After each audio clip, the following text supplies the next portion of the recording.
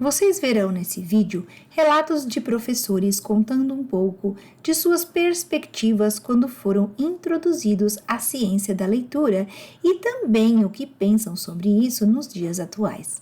Prestem atenção no relato de transformação que cada um deles traz.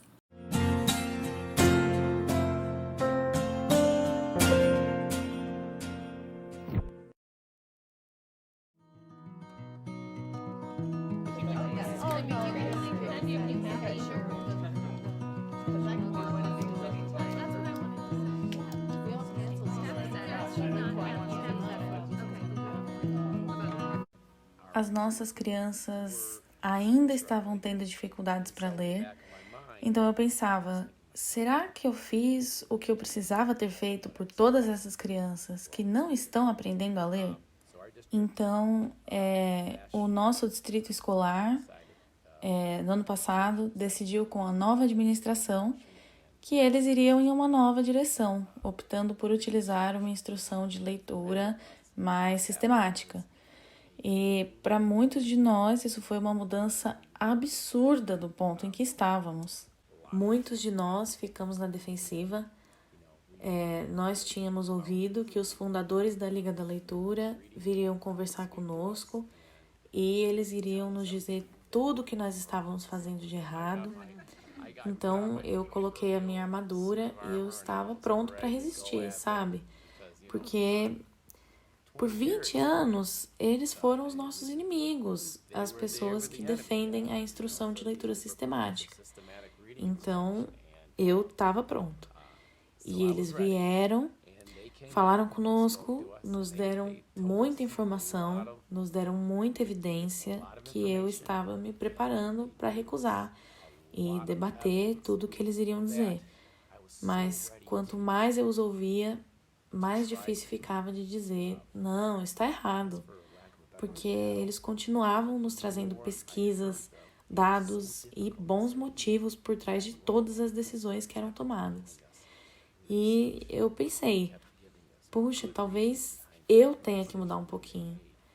E para mim, eu devo dizer que eu mudei completamente o meu modo de pensar. E depois de 22 anos na educação, eu sinto agora que eu sou um novo professor alfabetizador.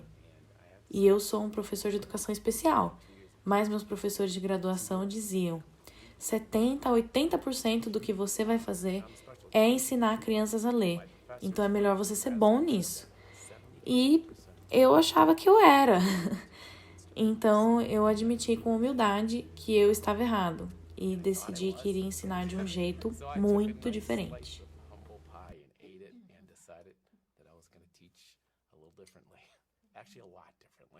Bom, eu terminei minha graduação e voltei para a faculdade para fazer um mestrado em leitura e aprendi sobre leitura guiada, gerenciamento de registros e foi basicamente isso. Daí eu fui ser professora do primeiro ano, depois do segundo e todo ano a escola falava, poxa, as crianças não estão lendo apropriadamente para essa idade. Por que será que eles não estão atingindo bons níveis de leitura?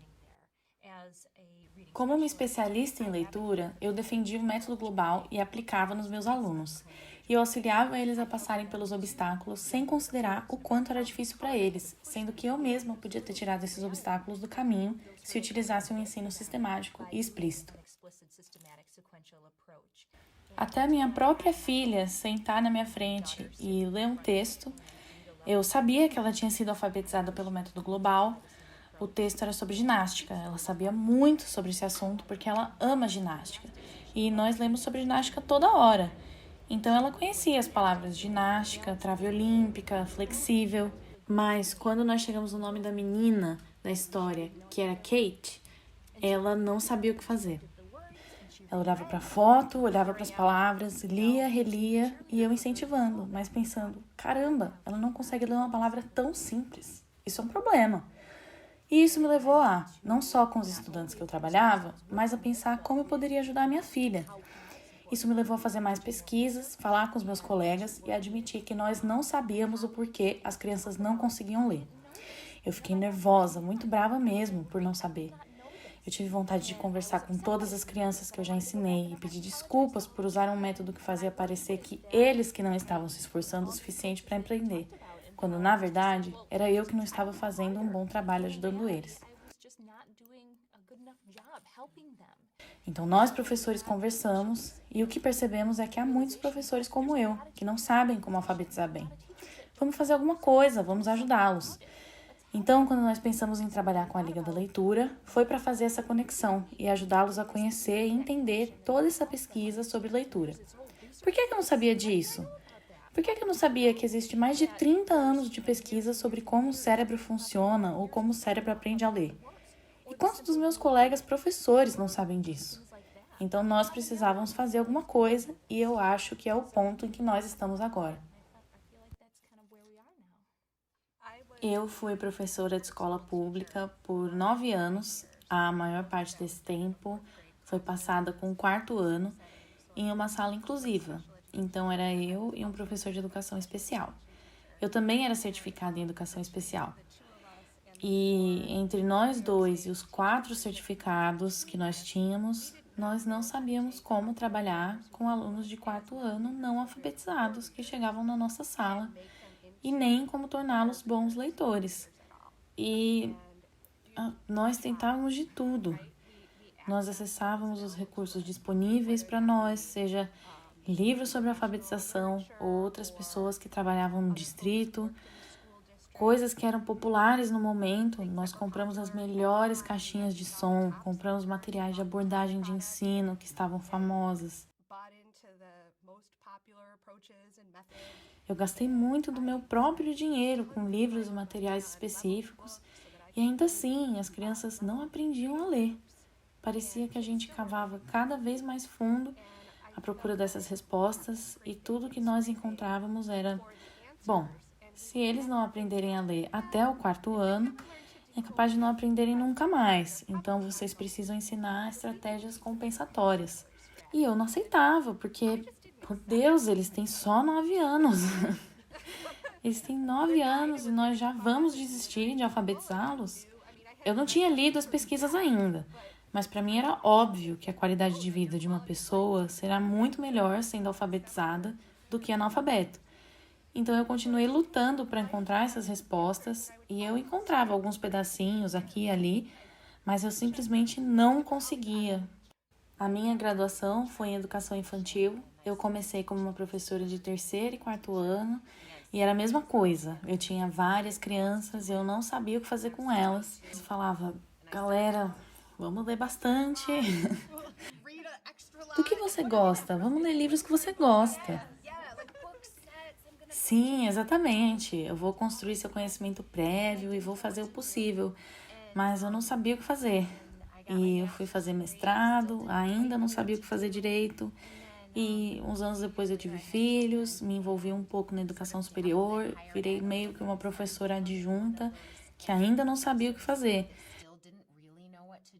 Eu estava treinando professores e estava usando as mesmas estratégias que eu usava com os meus alunos de educação infantil. E aí eu tive uma filha que não conseguia ler. E, sabe, eu era uma educadora. Eu comecei a ler para ela, antes mesmo dela aprender a andar, a falar, antes dela dormir a noite toda. Toda hora eu lia vários livros. E ela terminou a educação infantil falando: por que meus amigos já sabem ler? E ela não conseguia pronunciar sons simples, consoantes e vogais, palavras consoantes tipo gato. Nem chegava perto. E a professora dela falava: não se preocupa, uma hora ela vai ler, lê para ela em casa. E minha filha sofreu no 1º ano. No 2º ano ela desenvolveu ansiedade, ela ficava na cama à noite com uma lanterna, tentando fazer as lições em casa para não ter que fazer na escola, super ansiosa. Não conseguia mais dormir. E eu ainda tentava ajudar, lia para ela, perguntava para a escola se eles não podiam fazer um teste de nível com ela. E eles falavam: ela tá bem, ela se esforça muito, muito mesmo. Então eu comecei a tutorar ela. E em 1 ano ela avançou quase 3 anos escolares. Hoje ela está no 8º ano e é a melhor da sala. Às vezes a ortografia ainda tem problemas, Mas aos poucos ela vai avançando e ela só tira 10. Aprende sobre física, ciência aplicada e consegue decodificar todas essas palavras acadêmicas super difíceis. Ela tá bem mesmo. E, claro, existe esse vínculo emocional, porque uma vez que seu filho passa por todo esse processo de não saber ler até conseguir ler, você é transformado.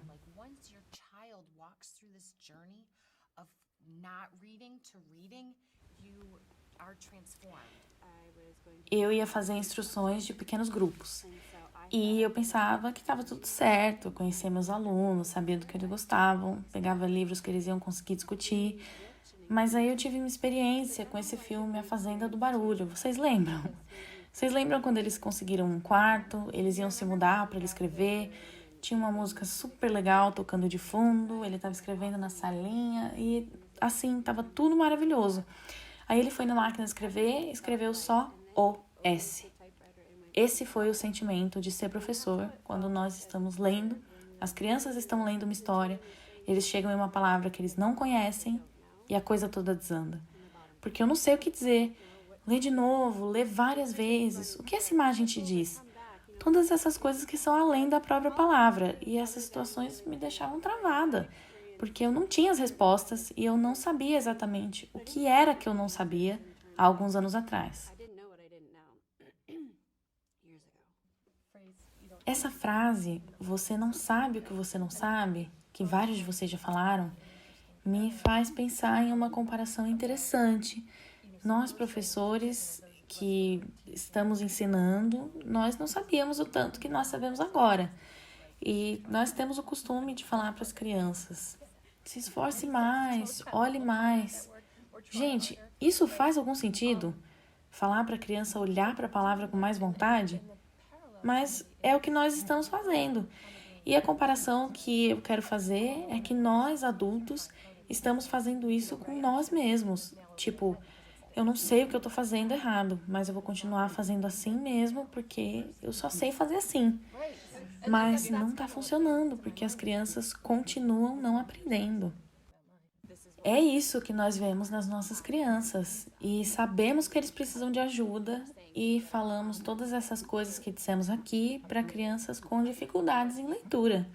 Se nós pudéssemos falar para as escolas, é isso que estamos vendo, precisamos de ajuda.